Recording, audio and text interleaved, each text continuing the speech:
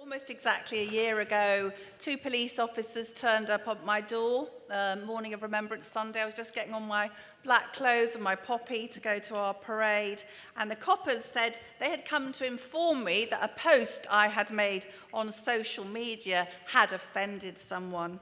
And I was quite stunned, obviously, a bit shocked. I said, which tweet of mine caused the offence? And one officer said, "We're not allowed to tell you that, madam."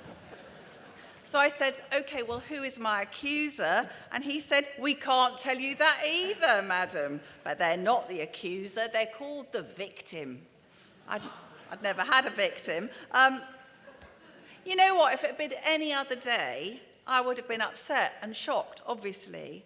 I'm a law-abiding person. The police at your door is horrible. But the idea that they came to my door on Remembrance Sunday, a sacred day in our national calendar. So I let them have it. I was standing there in my John Lewis green velour dressing gown, but I pulled myself up to my full 5'4", and I said, "Do you know what it is we are commemorating today? Hundreds of thousands of young men, roughly the age you two are now, sacrificed their lives so that we could live in a free country, free from tyranny. What do you think those young men would think of you?" Poor coppers, eh? I mean, you know.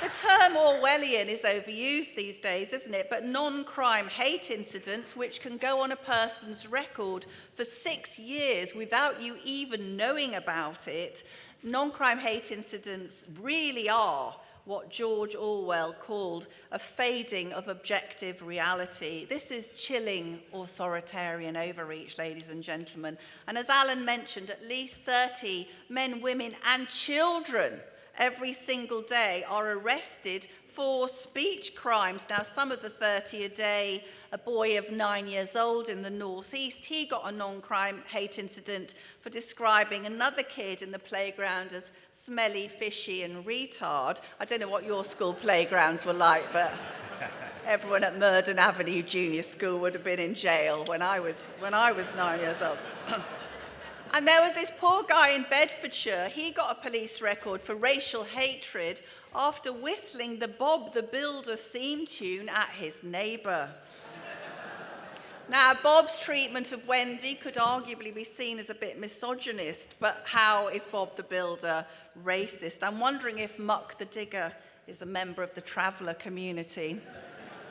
And as Alan said, recently we did see that wonderful Irish comedian, brave man Graham Linehan, creator of Father Ted, getting off a plane and being handcuffed, if you please, by 5 armed officers for a couple of jokey tweets about blokes who call themselves Sue using ladies' toilets. Now, normal people, that's most people still, by the way, who read about my case, they simply could not believe that the police, who won't come out to investigate a burglary or a car theft, even when they've got the CCTV showing the rat bag driving off in the stolen vehicle, how could they be wasting their time making a house call on a journalist? And around the world, our allies were shocked. What is happening in the UK? The cradle of liberty, they asked. The Wall Street Journal ran a scathing piece on my case with the headline, "Britain police's speech, but not much else." I did get some. This has been it was a pretty awful experience, but I had some great people getting in touch with me, including some really marvellous police officers. And Peter, a veteran police commander, said, "Alison, your case is rubbish. In years gone by, I'd have given it to my sarge and told him to bin it. We did have discretion back then," Peter said, "but discretion has gradually been destroyed. Everything in the police today is infected with identity politics. Only the most experienced officers now dare to use their common sense." Peter said a chief constable would rather be accused of screwing up a major murder inquiry than be accused of being racist. Hate crime is a growth industry, he said, because it helps reinforce their diversity ideology. The more hate crime they can find and record, the better they can show there is a problem in our horribly intolerant society, which justifies them ignoring the traditional crime and directing resources to policing opinions. And something Peter said to me I will never forget. What you have to understand, Alison, is they want people to be afraid of saying things. I've been shocked to find out that to a remarkable extent, British police no longer see their role as enforcing law and order, which is what most of us think they're supposed to be doing. They police according to something called protected characteristics. Now, a protected characteristic can be ethnicity or sexuality or trans or Islam. And the police, like the BBC, we've seen that this week, see themselves as sort of social justice warriors, ushering in a progressive utopia based on what they call our values. And those, I'm afraid to say, are the values of a progressive, very, very far left, who obsess about white privilege and slavery reparations and trans rights, and who love open borders regardless of the price paid by our young women and children. They are not the values of the vast majority of people in this country.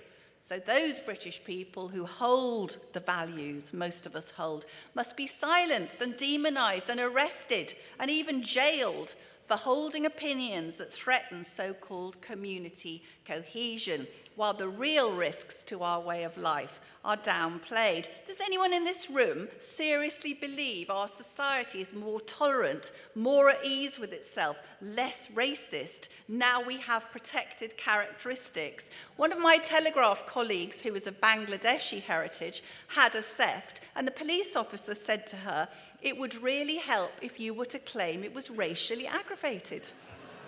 She told him to get lost. I'm British.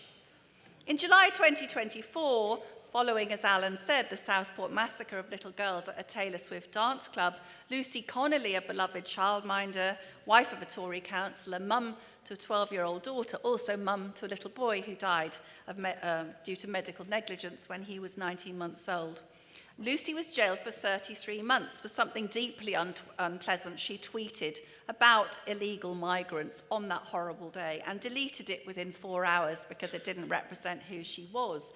Now, a first-time offender, Lucy Connelly, was a perfect candidate for bail, but she was denied bail because our two-tier justice system cracks down brutally on anyone it perceives as hateful, racist, a heretic over multiculturalism. By contrast, and I really do like this example, the Manchester synagogue attacker, one Jihad al-Shami, was given bail after being arrested in connection with 2 rapes. Try to get your head around that. Islamist terrorist with 3 wives on 2 rape charges and a heavy flight risk was granted bail. Northampton childminder, white working class, no flight risk, beloved of every single African and Asian parent whose kids she took such tender care of, denied bail over a single ugly tweet, punished for speech for wrongthink because Lucy Connelly didn't have a protected characteristic. Have we gone stark staring mad? I would suggest perhaps we have gone a bit mad, because I'm a Daily Telegraph columnist and I'm suing the police, right? You know, it's not...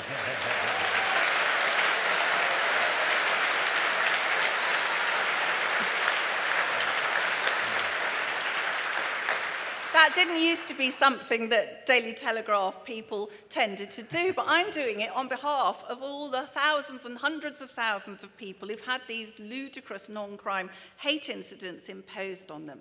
Have our formerly trusted institutions like the police, the BBC, the NHS, have they lost their minds? Well, you know, I've had a lot of time to reflect on this in the year since the police came to my door. And I believe that the increased censorship we are all experiencing, the attempt to silence and strike fear into the hearts of citizens, is a consequence of a rapid collapse of authority. As a result of mass uncontrolled immigration, this multicultural project is under threat as never before. And the government and the police, they know we're not buying it anymore. What you have to understand is they want people to be afraid of saying things. Well, sod that, frankly. We're not going to be afraid of saying things, are we? No.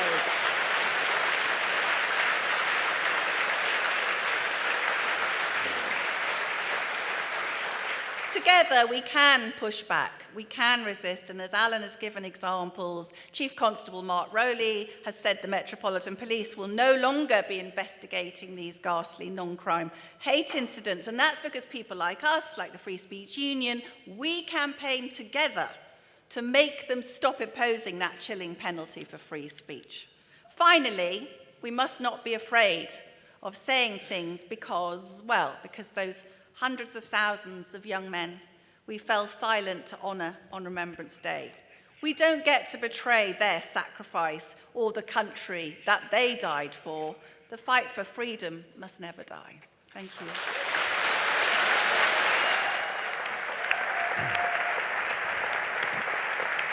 Thank you. Thank you, Alison.